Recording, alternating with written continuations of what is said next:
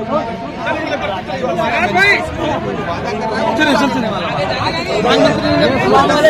वादे किए थे कि पूरे किए, बहुत ही महंगाई की मार अपनी बार मोदी सरकार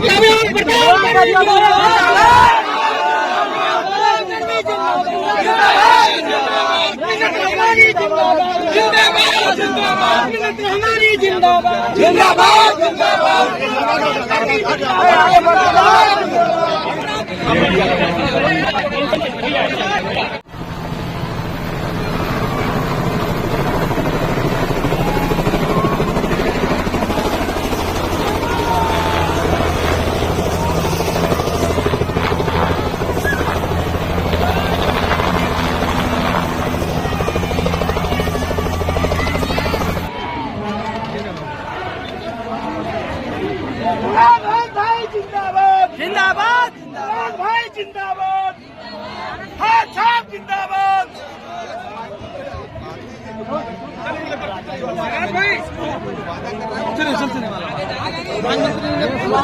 जितने वादे किए थे कि पूरे किए, बहुत ही महंगाई की मार अपनी बार मोदी सरकार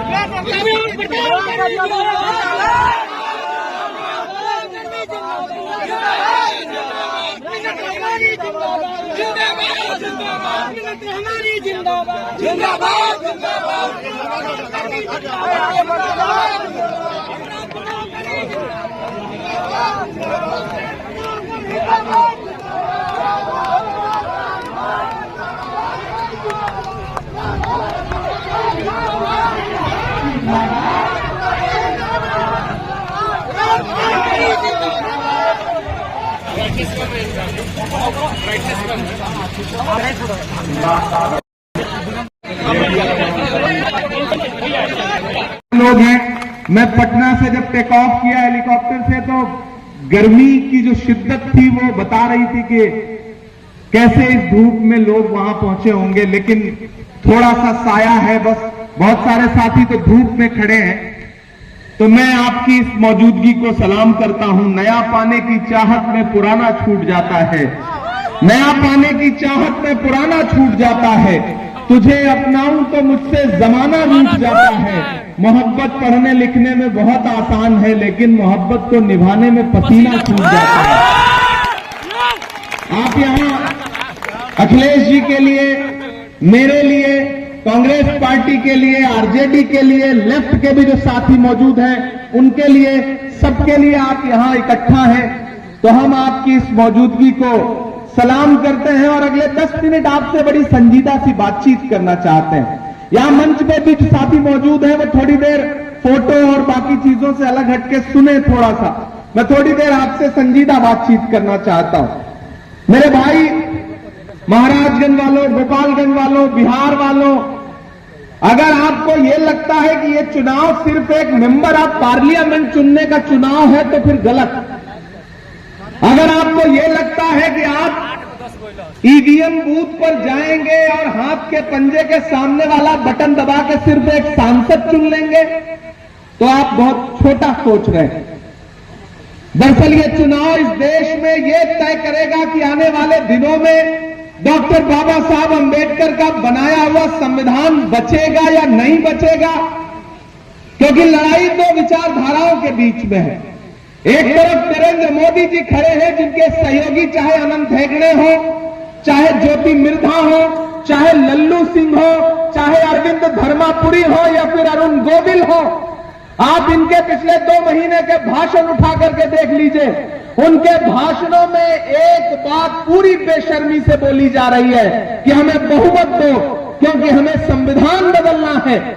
नरेंद्र मोदी जी और उनके सहयोगी कह रहे हैं कि हमें बहुमत दो, हमें संविधान बदलना है। और एक तरफ राहुल गांधी और इंडिया गठबंधन खड़ा है जो ये कह रहा है कि हम अपनी आखिरी सांस तक भारत के संविधान पर आंच नहीं आने देंगे, नहीं आने देंगे, नहीं आने देंगे। ये लड़ाई दो विचारधाराओं के बीच में है। ऐसे में आपको तय करना है कि आपको नरेंद्र मोदी की सरकार बचानी है या डॉक्टर बाबा साहब अंबेडकर का संविधान बचाना है। वो संविधान जिसमें महात्मा गांधी के सपने हैं, वो संविधान जिसमें पंडित जवाहरलाल नेहरू के उसूल हैं, वो संविधान जिसमें मौलाना आजाद के ख्वाबों की ताबीर है, वो संविधान जिसे बाबा साहब अंबेडकर ने अपने खून पसीने से लिखा। भाजपा उस संविधान को बदलना चाहती है। संविधान बदल गया तो आरक्षण नहीं रहेगा, आरक्षण नहीं बचेगा तो आपका अधिकार नहीं बचेगा। यहां हमारे समाज के लोग खड़े हैं, अक़लियत के साथी खड़े हैं। इस देश में संविधान आपको जो मौलिक अधिकार देता है, जो जीने और रहने का हक देता है, ये सरकार संविधान बदल के उसे छीन लेना चाहती है। कीमत तो बहुत बढ़ गई शहरों में धान की, लेकिन विदा न हो सकी बेटी किसान की। मौका मिला तो लोगों ने कुर्सी के वास्ते तस्वीर ही बिगाड़ दी हिंदुस्तान की। मेरे भाई, पिछले 10 साल से हम नरेंद्र मोदी जी की सरकार को देख रहे हैं, झेल रहे हैं। पहला नारा क्या था? बहुत हुई महंगाई की बार, अब की बार मोदी सरकार। याद है 2014 में उन्होंने नारा दिया। फिर ये नारे की सच्चाई क्या रही? वो पेट्रोल डीजल जो 58 रुपए लीटर था, 100 रुपए के पास पहुंच गया। गैस सिलेंडर जो 400 का था, वो 1000 का पहुंच गया। आटा, चावल, दूध, दही, पनीर, लस्सी, छाछ, क्या नहीं महंगा कर दिया। अग्निवीर योजना लाई। अग्निवीर का जो फॉर्म है, उस फॉर्म पर 18% की जीएसटी लेते हैं। 18% टैक्स फॉर्म भरने के लिए। और तो और ये फिल्में टैक्स फ्री करने वाली भाजपा की सरकारें कफन पर जीएसटी ले रही हैं, कफन पर टैक्स ले रही हैं। ऐसे में मैं यहां खड़ा होकर के अखिलेश जी, हमारे बड़े भाई की हैसियत से, राज्यसभा में हम दोनों लोग साथ होकर के आपके मुद्दों पर लड़ाई लड़ते हैं। एक तरफ 7 फीट 8 फीट की दूरी पर नरेंद्र मोदी जी बैठते हैं और इस तरफ हम लोग बैठते हैं, लेकिन हम आपको विश्वास दिला रहे हैं। हमने देखा है वहां अखिलेश जी को कि बिना डरे हुए इस देश के हाकिम के आंख से आंख मिलाकर के इन्होंने किसी भी मुद्दे पर चुप्पी नहीं साधी, बल्कि लगातार बोलते रहे। और आकाश कुमार हमारे भाई की तरह है वो। मैं आकाश के लिए आपके सामने दामन फैला करके वोट की अपील करने आया हूं और आपसे यह कहना चाहता हूं, और खासतौर से अपने समाज के लोगों से यह बात कहना चाहता हूं कि इस बार लड़ाई बहुत बड़ी है। और जब लड़ाई बड़ी हो तो छोटी छोटी चीजें नजरअंदाज की जाती हैं। जब मकसद बड़ा हो तो छोटी छोटी चीजें किनारे रख दी जाती हैं। जब ख्वाब बड़े होते हैं तो नींदें कुर्बान करनी पड़ती हैं। इस बार मकसद है भारत के संविधान को बचाना, भारत के लोकतंत्र को बचाना। एक तरफ राहुल गांधी खड़े हैं, जिन्होंने अपना प्रतिनिधि बनाकर के आकाश कुमार सिंह को यहां से प्रत्याशी बनाया है। वो आदमी आपके लिए लड़ाई लड़ रहा है। इस देश में नफरत कम करने के लिए कन्याकुमारी से कश्मीर तक 4000 किलोमीटर चले राहुल गांधी।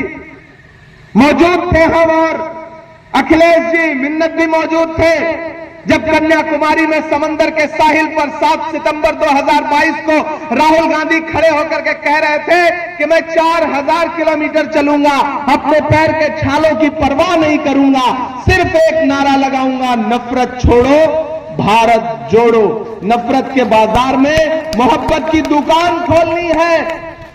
तो मुझे बताओ बिहार के मेरे अपने साथियों कि इस देश में नफरत का सबसे ज्यादा शिकार कौन है? हम हैं, आप हैं। किस चौराहे पर, किस ट्रेन में, किस सड़क पर कौन सी भीड़ हमको आपको लिबास देख करके मार दे, कोई अंदाजा नहीं लगा सकता। ऐसे में अगर इस मुल्क से नफरत कम होगी, मोहब्बत फैलेगी, तो सबसे ज्यादा सुकून किसको मिलेगा? हमको मिलेगा, आपको मिलेगा। और इस मुल्क में नफरत कम करने की लड़ाई कौन लड़ रहा है? राहुल गांधी लड़ रहे हैं। ऐसे में हमारा आपका फर्ज क्या बनता है? आप यहां तपती दोपहरी में 43-44 डिग्री टेम्परेचर में खड़े हैं। बहुत सारे साथी ऐसे हैं जो गर्मी की शिद्दत की वजह से ना आ पाए होंगे। मैं चाहता हूं कि सोशल मीडिया के जरिए, मीडिया के जरिए, आपके संदेशे के जरिए ये बात पूरे देश तक जाए। यहां माएं बहनें बड़ी तादाद में खड़ी हैं। मैं आप सबसे अपील करता हुआ ये कह रहा हूं कि इस बार लड़ाई बहुत बड़ी है। और अच्छी बात यह है कि गठबंधन बन गया है, इंडिया गठबंधन, जिसमें लेफ्ट के, आरजेडी के, कांग्रेस के सारे साथी मिल करके एक लक्ष्य बना करके आगे बढ़ रहे हैं, और वो लक्ष्य है भारतीय जनता पार्टी की सरकार को दिल्ली से हटाना और इंडिया गठबंधन का प्रधानमंत्री इस देश में बनाना, ये मकसद लेकर के हम सारे लोग चल रहे हैं। और आपको पूरी जिम्मेदारी से बता रहा हूं, मैं कांग्रेस पार्टी का स्टार प्रचारक हूं। अब तक केरल हो, उत्तराखंड हो, उत्तर प्रदेश हो, महाराष्ट्र हो, आंध्र प्रदेश हो, केरल हो, जम्मू कश्मीर हो, राजस्थान हो, बंगाल हो, बिहार हो, देश के लगभग सारे राज्यों में चुनाव प्रचार करता हुआ यहां पहुंचा हूं। ये टीवी चैनल वाले कुछ भी दिखाएं, इनके झांसे में मत आना। इस समय पूरे देश में बस एक नारा चल रहा है कि दक्षिण भारत में भाजपा साफ, उत्तर भारत में भाजपा हाफ। और बिहार से जो खबरें आ रही हैं वो तो और शानदार है। बिहार से भी यही खबर आ रही है कि बिहार में भी भाजपा गठबंधन साफ। और उत्तर प्रदेश जो उनकी सबसे बड़ी प्रयोगशाला है, मैं उत्तर प्रदेश से आया हूं। उत्तर प्रदेश में भी पैर के नीचे से जमीन सरक गई है। महाराष्ट्र से राज्यसभा का सांसद हूं। महाराष्ट्र में तो स्थिति यह हो रही है कि प्रधानमंत्री जी ने कोई मूर्ति आज तक नहीं छोड़ी होगी जहां जाकर के उन्होंने माल्यार्पण न कर दिया हो कि कुछ वोट मिल जाए। इसलिए मैं आपसे कहना चाहता हूं कि पिछले 5 दिन में प्रधानमंत्री का भाषण उठा के सुनिए आपको समझ में आ जाएगा कि न तो बातों में वो जोश है, न चेहरे पर वो तेज है, न बॉडी लैंग्वेज पुरानी वाली है, क्योंकि पैर के नीचे से जमीन सरक गई है। उनका इंटरनल सर्वे है कि वो चुनाव हार रहे हैं। ऐसे में मेरे भाई, मैं जानता हूं कि 4 जून को जब रिजल्ट आएगा और दिल्ली में इंडिया गठबंधन की सरकार बनेगी, तो महाराजगंज लोकसभा क्षेत्र के जो साथी हैं, मैं चाहता हूं कि आपका प्रतिनिधित्व करने के लिए आकाश कुमार सिंह जैसा एक युवा साथी जो है वो पार्लियामेंट पहुंचेगा, तो हमारा प्रधानमंत्री बनना और आसान हो जाएगा। सरकार बनने जा रही है और इस सरकार बनने में अपनी भागीदारी जताइए। इसलिए मैं आपके बीच में अपील करने आया हूं। आपसे मेरा एक बड़ा जज्बाती रिश्ता है। इस इलाके से, इस एतराफ से मेरा बड़ा जज्बाती रिश्ता है। भले ही आपसे मुलाकातें कम होती हों, लेकिन एक गायबाना ताल्लुक है आप सारे लोगों से। तो मैं आपसे ये कहना चाहता हूं कि अगर आप किसी बहकावे में, किसी झांसे में, किसी मुगालते में आकर के वोट देने नहीं निकलते हैं या कहीं और देते हैं, तो सीधा फायदा भाजपा को होगा। इसलिए मेरी आपसे अपील है कि झील में पानी बरसता है हमारे देश में, खेत पानी को तरसता है हमारे देश में, जिंदगी का हाल खस्ता है हमारे देश में, दूध महंगा खून सस्ता है हमारे देश में। ये लड़ाई बहुत महत्वपूर्ण है। और ये भाजपा के लोग कोई भी भाषण करें, इनके सारे भाषण झूठे हैं। प्रधानमंत्री जी खुद बहुत झूठ बोलते हैं और उसका असर उनके तमाम नेताओं पर भी आ गया है। एक दिन पार्लियामेंट में खड़े होकर प्रधानमंत्री जी बड़ा जोर जोर से लगे बोलने, बताओ कांग्रेस वाला तुमने 70 साल में क्या किया। मेरा दिल हुआ कि मैं उठ के बताना शुरू कर दूं, तब तक अखिलेश भाई पलटे, बोले इमरान मत बताना, जो बताओगे उसको भी बेच देंगे, जब काम से बेचने का है मत बताना। तो 10 साल में सिर्फ बेचने के अलावा कुछ नहीं किया। मैंने सुना है आज प्रधानमंत्री जी आए हुए हैं और कांग्रेस से 70 साल का हिसाब मांग रहे हैं। मैं तो यहां खड़ा होकर कहता हूं, अरे जो सरकार अपना चलाया हुआ 2000 का नोट 7 साल नहीं चला सकी, वो हमसे 70 साल का हिसाब मांगती है। जो सरकार अपना चलाया हुआ नोट नहीं चला पा रही है, वो देश क्या चलाएगी। किसी झांसे में मत आइए। कांग्रेस पार्टी क्या कह रही है उसका मैनिफेस्टो पढ़िए।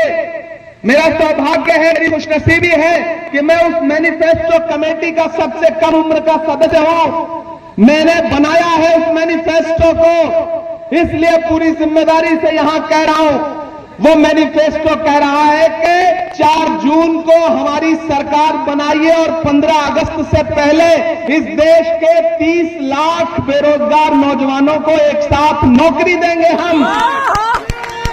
हम नरेंद्र मोदी जी की तरह झूठा वादा नहीं कर रहे कि 2 करोड़ दे देंगे, 5 करोड़ दे देंगे। हम क्या कह रहे हैं, 30 लाख नौकरी एक झटके में अपने बेरोजगार युवाओं को। यहां माए बहनें खड़ी हैं, सुनिए, जो सबसे जरूरी बात है, जो सबसे क्रांतिकारी बात है, वो मैनिफेस्टो कह रहा है कि जैसे ही हमारी सरकार बनेगी वैसे ही हर गरीब परिवार की महिला के अकाउंट में डायरेक्ट 1 लाख रुपए सालाना मिलेगा। खटाखट खटाखट खटाखट। राहुल गांधी जी कह रहे हैं ये 1 लाख रुपया सालाना यानी कि 8,500 रुपए महीने। आपकी नौकरी तो आपके घर वाले से ज्यादा मजबूत और पक्की होगी। 8,500 रुपए हर महीने आपके अकाउंट में, महिलाओं के अकाउंट में डायरेक्ट देगी इंडिया गठबंधन की सरकार, कांग्रेस की सरकार। और सबसे महत्वपूर्ण बात, जिस पे चर्चा नहीं हो रही है, 14 लाख आंगनबाड़ी के नए पद सृजित करेगी हमारी सरकार एक झटके में। 14 लाख। और सुनिए, अग्निवीर योजना एक झटके में समाप्त कर देंगे।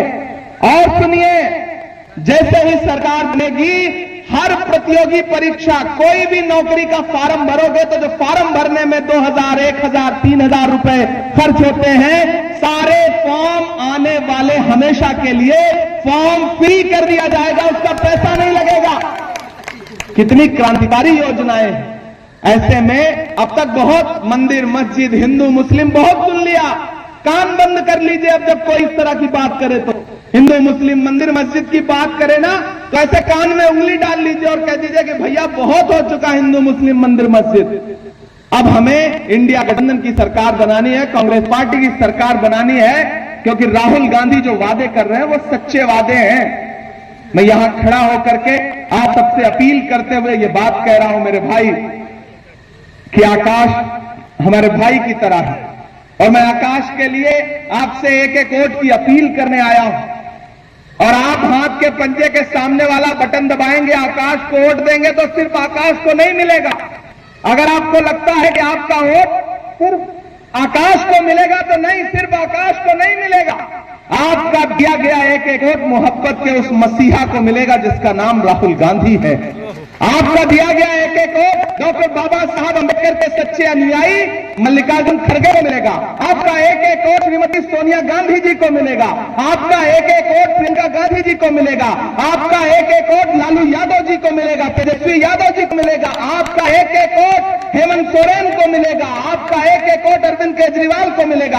आपका एक वोट हमारी जो लेफ्ट पार्टी है उनके सहयोगियों को मिलेगा। और तो और आपका एक वोट जो आकाश को आप देंगे वो इमरान प्रतापगढ़ी पर आपका पर्सनल एहसान होगा। मैं चाहता हूं कि आने वाले दिनों में जब महाराजगंज लोकसभा क्षेत्र के निवासियों के लिए पार्लियामेंट में लोकसभा में खड़े होकर के आकाश लड़ाई लड़े, आज यहां खड़ा हूं, कल रांची रहूंगा, परसों पुरुलिया में रहूंगा, बंगाल में, पूरे देश के अलग अलग कोने में जा रहा हूं। और मैं यहां खड़ा होकर के पूरी जिम्मेदारी से और पूरी गारंटी लेते हुए यह बात कह रहा हूं कि चाहे जितना सर पटक ले, लेकिन भाजपा की सरकार दिल्ली में नहीं बनने जा रही है, नहीं बनने जा रही है, नहीं बनने जा रही है। क्योंकि मैं जमीनी सच्चाई देख करके आ रहा हूं।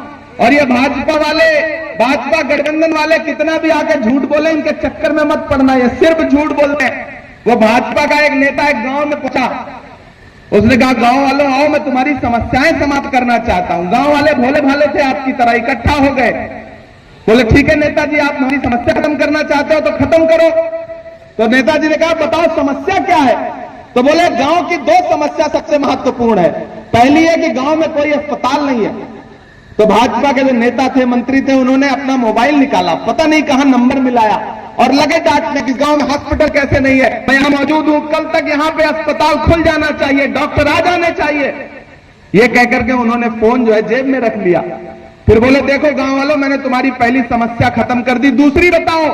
तो गांव वालों ने कहा साहब हमारी दूसरी समस्या यह है कि इस गांव में मोबाइल का कोई नेटवर्क ही नहीं है। ये है भाजपा की राजनीति। तो भाजपा की इस राजनीति के चक्कर में मत पड़ना, सीधे उनके तमाम झूठे वादे याद रखो। प्रधानमंत्री जी ने वादा किया था ना, बेटी बचाओ बेटी पढ़ाओ, नारा दिया था ना। उस नारे की सच्चाई क्या रही कि हाथरस में दलित बिटिया के साथ बलात्कार हुआ और रात के 2 बजे परिवार की बिना मर्जी के उसकी लाश जला दी गई। उस नारे की सच्चाई ये हुई कि उन्नाव में उनका विधायक बलात्कार के आरोप में सजा काट रहा है। सोनभद्र में भाजपा का विधायक 25 साल की सजा बलात्कार के आरोप में काट रहा है। प्रधानमंत्री ने पिछले 2 साल पहले जब खड़े होकर के 15 अगस्त को लाल किले की दीवार से महिला सशक्तिकरण पर भाषण दिया, तो उस भाषण के 2 घंटे बाद उनके गृह राज्य गुजरात में विस्फोटों के दोषी न सिर्फ रिहा किए जा रहे थे बल्कि उनको माला पहनाई जा रही थी। और तो और ओलंपिक मेडल लाने वाली बेटियां जंतर मंतर पर घसीटी गई, हम सब ने देखा। और अभी एक नया निकल के आया है उनका सहयोगी प्रज्वल रेवन्ना, 2400 से ज्यादा महिलाओं से बलात्कार का आरोप है उसके ऊपर। उसके लिए प्रधानमंत्री जी कर्नाटक में वो मांग रहे थे हाथ पकड़ के उसका। ये है इनके नारों की सच्चाई। इसलिए मेरे नौजवानों, बुजुर्गों, माओ, बहनों, मैं आपसे अपील कर रहा हूं, आप इस तपती दोपहरी में आए हैं, मैं भी पसीने पसीने होकर के खड़ा हूं। मेरा ख्याल है कि इस पूरे चुनावी सीजन की सबसे मुश्किल सभा में खड़ा हूं, क्योंकि इतनी गर्मी कहीं नहीं थी। अच्छा, ये बिहार है, बिहार की अपनी गर्मी है, ये अच्छे अच्छों की गर्मी उतार देता है, इसका अलग फ्लेवर है। तो मुझे पूरा विश्वास है कि बिहार इस बार ये जो दिल्ली की गर्मी है ना, दिल्ली वालों की जो गर्मी है, सियासी गर्मी, उसको उतारने का काम करेगा। मैं तो 4 पंक्तियां पढ़ता हूं हमेशा बिहार को लेकर के, कि नफरत के कारोबार को बदलेगा ये बिहार। ठंडे हो गए, थक गए, पसीने से डर गए?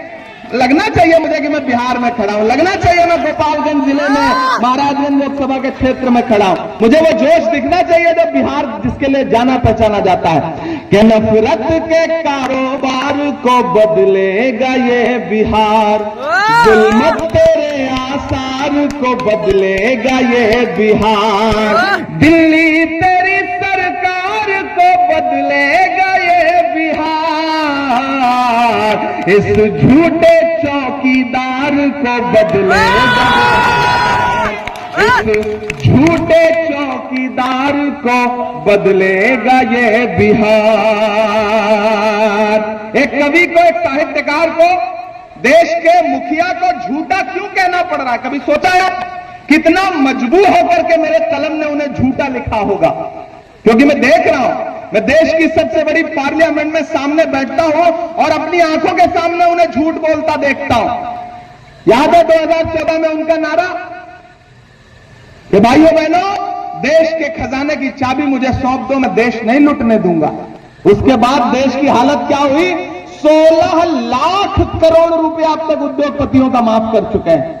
मैं पार्लियामेंट में भी उनसे सवाल पूछता हूं और यहां भी खड़ा होकर उनसे सवाल पूछ रहा हूं कि कहां सोया है चौकीदार, कहां सोया है चौकीदार। इलेक्शन सिर्फ वोट देने का नाम नहीं है, इलेक्शन सपोर्ट देने का भी नाम है। आपका जोश, आपका जज्बा, आपकी हिम्मत प्रत्याशी को ताकत देती है, पार्टी को ताकत देती है, गठबंधन को ताकत देती है। तो मुझे उसी तरह से आपका जोश और जज्बा दिखना चाहिए। और अखिलेश भाई, मैं आपको बधाई दूंगा कि 43-44 डिग्री टेम्परेचर में भी आपने हजारों लोगों को यहां इकट्ठा किया। आपका मंच पे ही इतने लोग मौजूद हैं जितना भाजपा की सभाओं में नहीं रहते हैं। ये अद्भुत बात है, कमाल है बिहार। मैं बिहार की इस मिट्टी को सलाम करते हुए पंक्तियां पढ़ता हूं कि कहां सोया है चौकीदार, कहां सोया है चौकीदार, विजय माल्या नाक के न्याय की मारी करती हाहाकार, कहां सोया है चौकीदार, कहां सोया है चौकीदार। अखिलेश भाई आइए, एक मिनट आपसे कल मिलने का मन कर रहा है। तो क्या मैं अखिलेश भाई को अभी से जीत की बधाई दे दूं? मैं ये चाहता हूं साथियों, मैं बहुत दूर से आपके बीच में आया हूं। आज मुझे किसी और कार्यक्रम में जाना था, लेकिन जब अखिलेश भाई ने मुझसे कहा तो मैं पूरी जिम्मेदारी से इस भाई का आदेश मानते हुए आपके बीच में आया हूं। मैं एक बात बहुत जिम्मेदारी से अखिलेश भाई के कह रहा हूं, अखिलेश भाई को मैंने दिल्ली के गलियारों में बिहार के मुद्दों पर सरकार से भी लड़ते हुए देखा है और अपनी पार्टी के नेताओं से भी लड़ते हुए देखा है। मैं इनके हिम्मत और उनके जज्बे की कद्र करता हूं। इसलिए मैं आज आकाश कुमार के लिए आपसे वोट की अपील करने आया हूं, क्योंकि जब मैं इनको भाई मानता हूं तो वो मुझसे छोटा है और वो मेरे भाई की तरह वो भी है। मैं उसके लिए अपना दामन फैला कर और खास तौर से अपने समाज के लोगों से कहता हूं कि इमरान प्रतापगढ़ी आपकी जमानत है। इमरान प्रतापगढ़ी इस बात की जमानत लेता है, आप यहां से कांग्रेस का, इंडिया अलायंस का प्रत्याशी जिता के भेजिए। जब भी आपको लगे कि आपने इमरान प्रतापगढ़ी की बात मानी थी और आपकी बात नहीं सुनी जा रही थी, तो आकर के मेरा कॉलर पकड़ना, ये मैं आपको हक देता हूं। दिल्ली में मेरे दरवाजे आपके लिए खुले रहेंगे हमेशा, ये मैं आपसे वादा करता हूं। और इस संदेशे को पूरे एतराफ में पहुंचाइए लोगों तक। इस समय जरा सा भी भटकने का मतलब है भाजपा को फायदा पहुंचाना, क्योंकि राहुल गांधी ने जो मेहनत की है ना, सिर्फ राहुल गांधी का चेहरा देखिए यार, 4000 किलोमीटर पैदल चला है आदमी, उसके पैर के छाले अब तक नहीं सूखे हैं, उसका पसीना अब तक नहीं सूखा है। तो हमारी आपकी जिम्मेदारी बनती है कि उस आदमी ने जो मेहनत की है उसका कर्ज है हमारे कंधों पर, उसे उतारे हम। और वो है आकाश कुमार सिंह को उन्होंने अपना प्रतिनिधि बना के भेजा है, तो फिर उन्हें हम सांसद बना करके पार्लियामेंट पहुंचाएं। बहुत शुक्रिया अदा करता हूं। एक वादा आपसे करता हूं, 4 जून को रिजल्ट आएगा तो मेरी नजरें महाराजगंज लोकसभा पे होंगी और आपने आकाश को जिता करके पार्लियामेंट भेजा, तो मेरा वादा है आपसे कि 4 जून के बाद एक बार फिर आऊंगा आपका शुक्रिया अदा करने के लिए, जश्न मनाने के लिए। मैं चाहता हूं एक एक हाथ उठा करके हमें विश्वास दिलाइए, हमें यकीन दिलाइए कि आप सारे लोग आकाश भाई के लिए खड़े हैं, अखिलेश जी के लिए खड़े हैं इस चुनाव में। आज से इस चुनाव को अखिलेश सिंह बन के लड़िए, इमरान प्रतापगढ़ी बन के लड़िए, राहुल गांधी बन के लड़िए। बहुत शुक्रिया, बहुत बहुत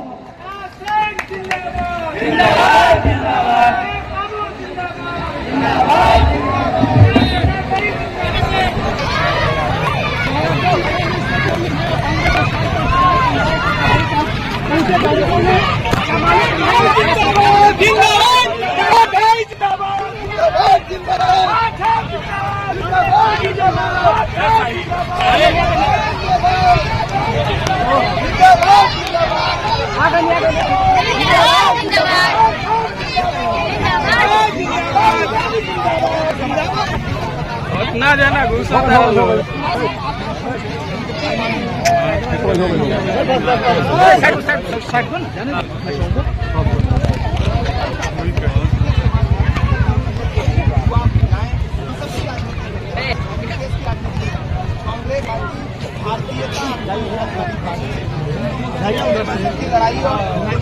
मुस्लिम की राजनीति भाजपा करती है, इंडिया गठबंधन के लोग नहीं करते। प्रधानमंत्री बिहार में रोड शो कर रहे हैं, इस पर आपको क्या कहना है? मुझे लग रहा है कि प्रधानमंत्री जी के नीचे से रोड जो है वो कर चुकी है, इसलिए अब सिर्फ शो बाकी रह गया है। प्रधानमंत्री जी बहुत परेशान है, उनकी भाषा जो है वो लड़खड़ाई हुई है, रोज झूठ बोल रहे हैं। कभी कहते हैं कि मंगलसूत्र छीन लेगी कांग्रेस, कभी कहते हैं 2 भैंस रहेगी तो 1 भैंस छीन लेगी कांग्रेस। ये प्रधानमंत्री की भाषा है, प्रधानमंत्री पद है और उन्हें उस गरिमा के हिसाब से बात करना है। एक इंटरव्यू में कहा वो कह रहे हैं कि अगर मैं हिंदू मुसलमान करूंगा तो सामाजिक जीवन जीने लायक नहीं रहूंगा। तो आपको हंसी आई थी ना इस बात पर? आई थी कि नहीं आई?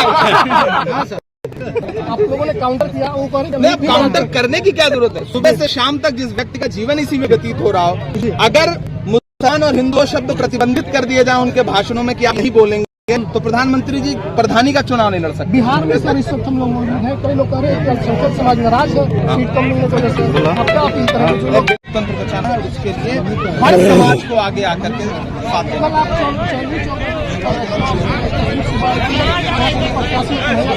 वहाँ से प्रत्याशी जेपी अग्रवाल कुमार पर हमले हुए हैं। देखिए, भारतीय जनता पार्टी डर गई, इसलिए डरी हुई राजनीति कर रही है। डरा हुआ व्यक्ति यही करता है। बहुत आराम से किया गठबंधन पूरे देश में, बिहार पूरे देश में प्रचंड बहुमत के साथ।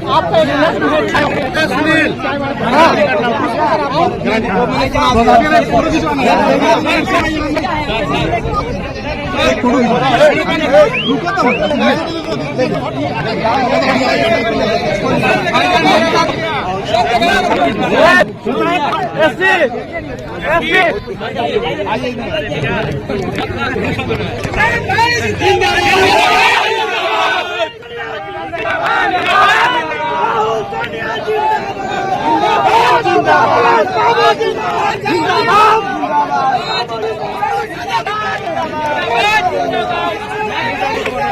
जिंदाबाद जिंदाबाद जिंदाबाद जिंदाबाद जिंदाबाद राहुल गांधी जिंदाबाद जिंदाबाद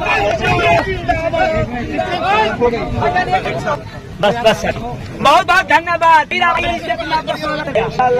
भाई जिंदाबाद जिंदाबाद जिंदाबाद।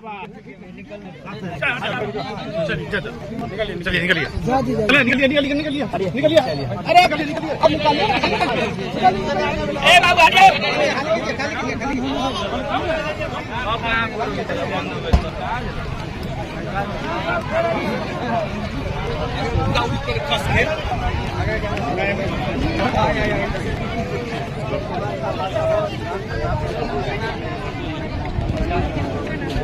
चले